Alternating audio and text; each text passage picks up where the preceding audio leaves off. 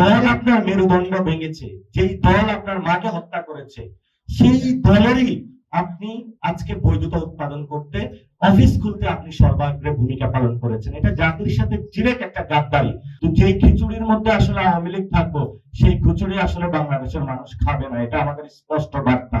বেগম জিয়ার ছেলের হাত দিয়ে বাংলাদেশে আওয়ামী লীগের পুনর্বাসন শুরু হবে, এটা আমাদের কল্পনা ছিল না, কিন্তু ওটা উনি করে দেখিয়েছেন। আজকে যেটা পার্লামেন্টে হয়েছে, এটা হলো তারেক রহমানের হাত ধরে বাংলাদেশে আবারই আওয়ামী লীগের কনস্টিটিউশনাল এবং লেজিটিমেট ওয়েতে পার্লামেন্টারি সেশনের মধ্য দিয়ে আওয়ামী লীগের পুনর্বাসনের সূচনা হয়েছে।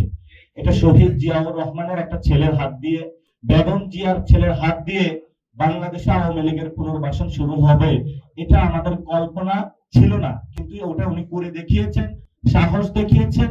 কারণ ওনার মাথাটা উনি দিল্লির কাছে নত করেছেন, এই জন্য হলো আজকে এই অবস্থা হয়েছে। এই জন্য আমরা ওনাকে আহ্বান জানাবো যে দিল্লির যে আধিপত্যবাদ, সেটা থেকে বের হয়ে আসেন, মার্কিন আধিপত্যবাদ থেকে বের হয়ে আসেন। বাংলাদেশের অসংখ্য মানুষ আছে যারা বাংলাদেশের জন্য ফাইট করতে রাজি আছে।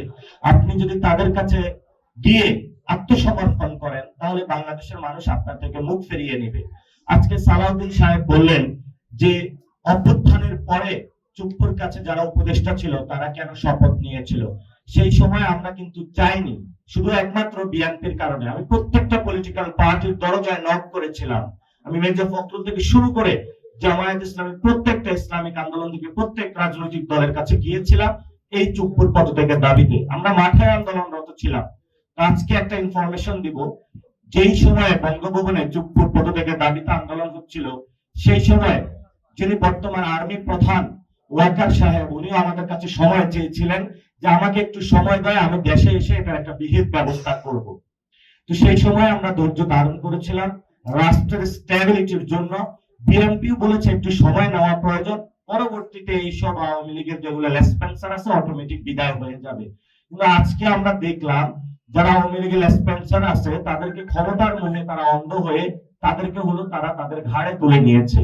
এই জন্য আমি বলি যে সংসদটা অদ্ভুত এক রকমের সংসদ হয়েছে। রাষ্ট্রপতি হলো আওয়ামী লীগের, তারপরে হলো প্রধানমন্ত্রী হলো বিএনপির, আর বিরোধী দলীয় নেতা হলো জামায়াতের। অর্থাৎ এই খিচুড়ির মধ্যে সবই কিছু রাখা হয়েছে। তো যেই খিচুড়ির মধ্যে আসলে আওয়ামী লীগ থাকবো, সেই খিচুড়ি আসলে বাংলাদেশের মানুষ খাবে না, এটা আমাদের স্পষ্ট বার্তা।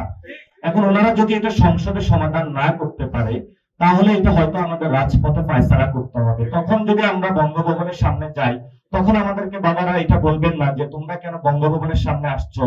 তখন আমাদের এই প্রটেস্টকে আপনারা মব বলে বা অন্য কোনো কিছু বলে আখ্যা দিবেন না। আপনারা যদি মনে করেন যে নির্বাচনের মাধ্যমে ইঞ্জিনিয়ারিং করে আপনারা ভারতের টিকিট নিয়ে আপনারা এখানে সংসদ ভবন দখল করেছেন গুন্ডা মাস্তান চাঁদাবাজদের নিয়ে, এবং বাংলাদেশের মানুষকে আপনারা গ্রিন কার্ড পেয়ে গিয়েছেন, এটা আপনাদের ভুল ধারণা। এবং যেই দল আপনার মেরুদণ্ড ভেঙেছে, যেই দল আপনার মাকে হত্যা করেছে, সেই দলেরই আপনি আজকে বৈধতা উৎপাদন করতে অফিস খুলতে আপনি সর্বাগ্রে ভূমিকা পালন করেছেন। এটা জাতির সাথে ডিরেক্ট একটা গাদ্দারি। আমরা এটা এক্সপেক্ট করি নাই। আমরা তরুণ প্রজন্ম হতাশ, আলেম ওলামারা হতাশ, এবং যারা বাংলাদেশের নাগরিকরা রয়েছি, এটা কখনোই আপনাদের থেকে আমরা আশা করি নাই।